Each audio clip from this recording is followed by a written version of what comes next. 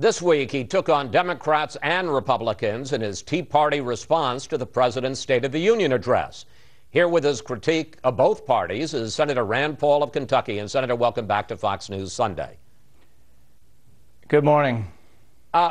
We'll get to the president in a moment, but let's start with the Republicans. You say the sequester is fine, even the $40+ billion that the Pentagon would take in military spending cuts. You just heard Senator Graham say, no, it isn't fine, that would further jeopardize our national security. Well, ideally, we would have done the right thing, and that's pass appropriations bills and reduce spending where we think is fit. The sequester is sort of a hammer. It was requested by the president. It was his idea, signed into law by him. So I think it's disingenuous for him to go back on it. But to put it in perspective, it's $1 trillion, but over the next 10 years, spending will go up $9 trillion. So even with the sequester, spending will still rise overall. So the sequester really is a reduction in the rate of growth of spending. It's not a real cut in spending. Senator Graham also says you're wrong, that the last thing we need, talking about drone strikes, that the last thing we need is a judge second-guessing the commander-in-chief. Well, I think we need to make the question a little more precise. What I'm asking is about drone strikes on Americans, on American soil. The president will not answer that he cannot do this. In fact, he seems to be asserting that he can do this. The law indicates that he can't. The CIA is not supposed to assassinate people on American soil, and the Department of Defense isn't allowed to act on American soil because of the Posse Comitatus Act. So the American law says they can't do this, but the president, all he will say is he doesn't intend to do this. That's sort of like him saying, oh, I don't intend to override the Second Amendment, but I might. Well, I want him to say absolutely let me just interrupt for a second. American. Let me interrupt for a second, because I thought that you were objecting to drone strikes on American citizens on foreign soil as well. Is that not true? I'm primarily asking, and the primary question is Americans on American soil. Can the president kill them with a drone strike from this program?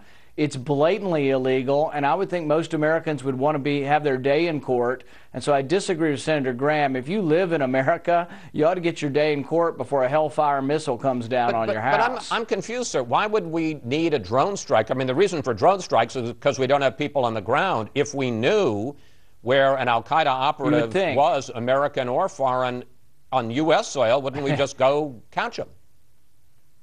You would think, but here's Brennan's response. He says the authorization to use force in 2001 in Afghanistan has no geographical limit. So when he says that, our first question is, gosh, he's implying that he could do it in America.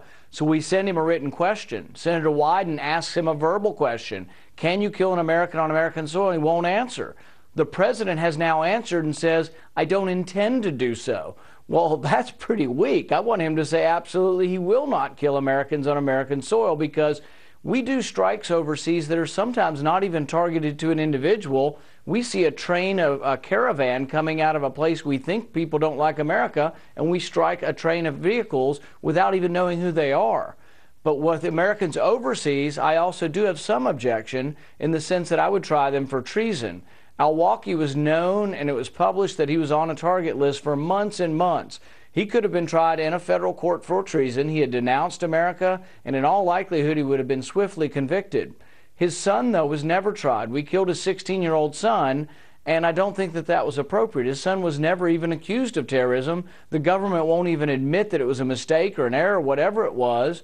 And I think that is wrong. You should get some protection for being an American citizen. Where I agree with Senator Graham is, if you have a grenade launcher on your shoulder, by all means, and you're firing at Americans, you don't need due process. But if you're sitting in a cafe in Paris or Yemen, there probably should be some process where a judge decides your guilt, or a jury. There's a growing battle inside the GOP. As you know, Karl Rove has launched something called the Conservative Victory Project to get involved in primaries to make sure that the party doesn't, in the primary, nominate somebody who can't win a general election. Do you think that's a mistake? Well, you know, elections are a free marketplace, and everybody has a right to participate in primary elections. What I would say, though, is primary elections need to not be selected by the party. In my case, and also in Senator Rubio's case, the party chose someone else.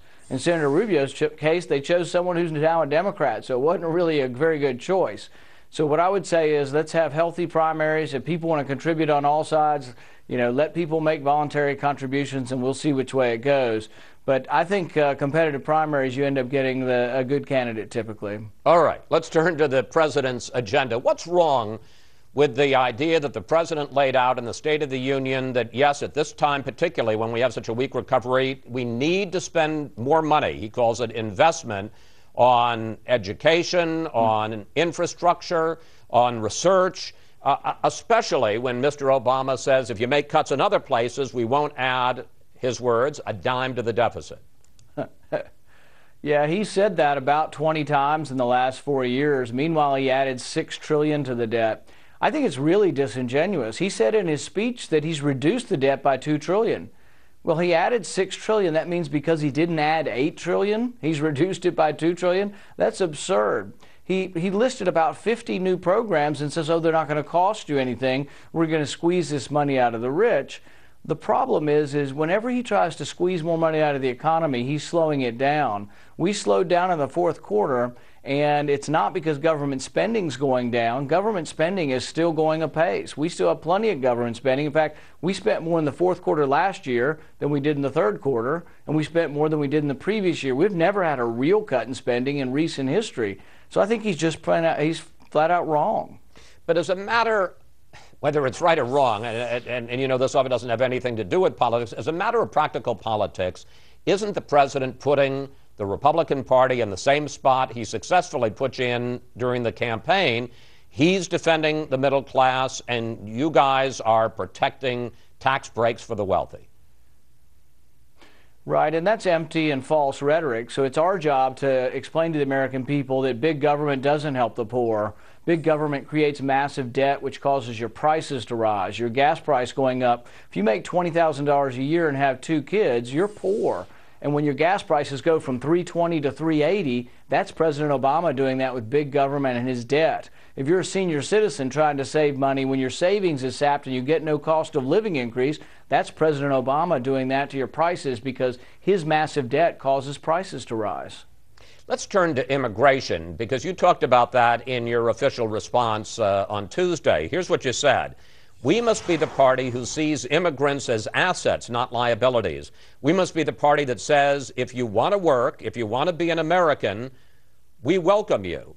Question, do you support the bipartisan Gang of 8 in the Senate, which has put together at this point kind of a blueprint, an outline for immigration reform that says that they would allow people, the 11 million illegals, to stay here? They would give them some legal status, not a path to citizenship, but some legal status right away, and once you get enforcement of the borders, then a path to citizenship. I do support immigration reform. I do support the concept of telling the 11 million people here that if you want to work and you don't want to be on welfare, we're willing to find a place for you in America.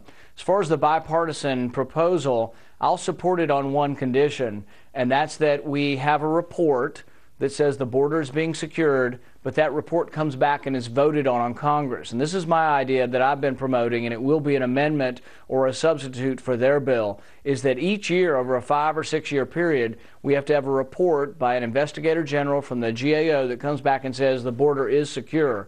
But conservatives like myself have been for stepwise immigration reform if the border is secure. But I won't do it on a promise from President Obama. I think that's an empty promise. And I frankly think that we need to trust but verify. And so my amendment will have a report each year over 5 years that Congress actually has to vote on to say the border is secure. Well, let me ask you about that, because there is a White House draft of a comprehensive immigration plan that started circulating this weekend, which would allow the 11 million a path to citizenship without any linkage to border enforcement. This is the president torpedoing his own plan and shows me that he's really not serious. There are many people who think Democrats bring up these ideas as wedge issues. They don't really ever want to pass them because then they would no longer have the Republicans to blame. So really they set themselves up for failure by putting something up there that's untenable. I've come a long way forward on this issue. I'm a very conservative senator. I'm someone who strongly believes in border security first. And I'm willing to come towards them and figure out a compromise on this. But when they come out and adamantly say my way or the highway, and if Congress doesn't ask, I'll put it on the desk and say pass it now, that's no way to get it done. And then he'll blame it on us. But it seems to me to show that really the president really doesn't want immigration reform. Finally, let's talk about 2016. How serious are you about running for, you know what I'm going to ask, how serious are you about running for president? And would it be to make a point, as your father did in his presidential runs, or would it be to win? I would absolutely not run unless it were to win. You know, points have been made and we'll continue to make points, but I think the country really is ready for the narrative coming, libertarian Republican narrative, also because we've been losing as a national party. We're doing fine in congressional seats, but we're becoming less and less of a national party because we don't win on the West Coast, we don't win in New England, we really struggled all around the Great Lakes. I think people want a party that's a little bit less aggressive on foreign policy, still believes in a strong national defense, but less aggressive. They want, the young people want politicians who don't want to put them in jail for 20 years for a nonviolent drug possession charge. So they want a little bit different face. I think people want a little different face on immigration, frankly. They don't want somebody who wants to round people up, put them in camps, and send them back to Mexico. Senator They don't want to give them welfare either. I don't. Senator Excuse Paul, me? we got 30 seconds left. You sound like you're running.